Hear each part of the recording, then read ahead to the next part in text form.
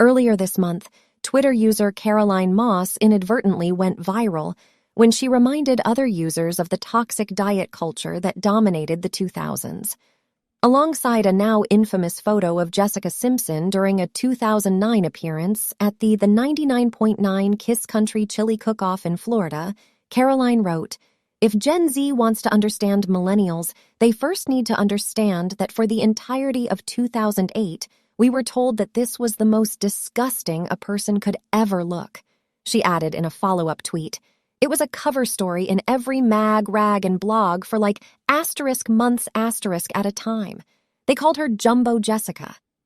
The tweet triggered memories of other celebrities who were treated this way during the 90s and 00s, and before long, other users were sharing their own examples of famous women who were cruelly fat-shamed during this time.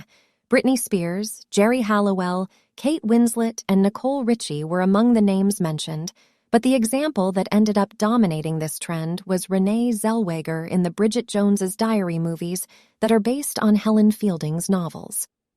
The first movie in the trilogy was released in 2001, with sequel The Edge of Reason following 3 years later. In 2016, Renée reprised her role once more for Bridget Jones's Baby. In the first 2 films, Renée famously gained weight to play the character, whose size is a notable plot point throughout the books and movies.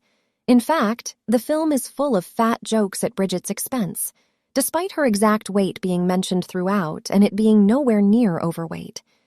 Renée admitted to struggling to gain the weight for the role and was reported to be on a 4,000 calorie per day diet to reach the target quickly. She did not gain any weight for the third movie, which Bridget is pregnant for the majority of.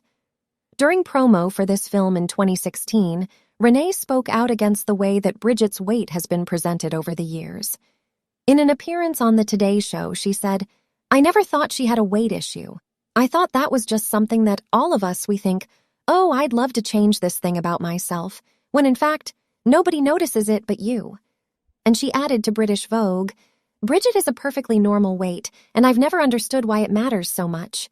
But it was during a 2017 appearance on The Oprah Winfrey Show that Renée really let her feelings about the issue be known, with the star calling out the general obsession with how she returned to her pre-Bridget size once filming had ended.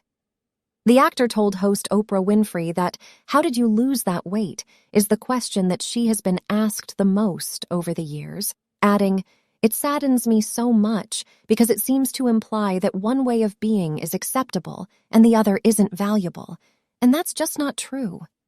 I don't want to answer the question when I get asked. I don't want to answer it," Renée went on, with Oprah interjecting to point out that Bridget's heaviest size is the normal size for Americans. Renée replied, "And did you know, I was told this while we were filming, did you know that Bridget Jones was voted the most sexy personality in England? I thought, wow, that right there completely nullifies the notion that you're supposed to be a size 0 in order to be considered attractive, don't you think?"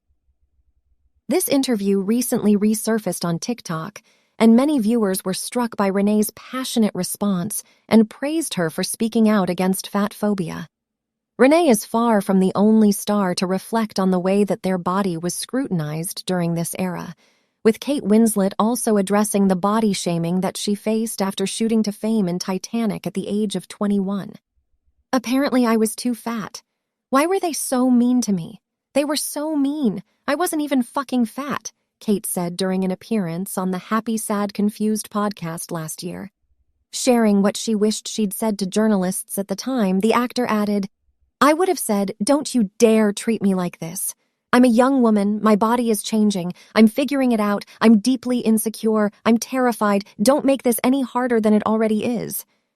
That's bullying, you know, and actually borderline abusive.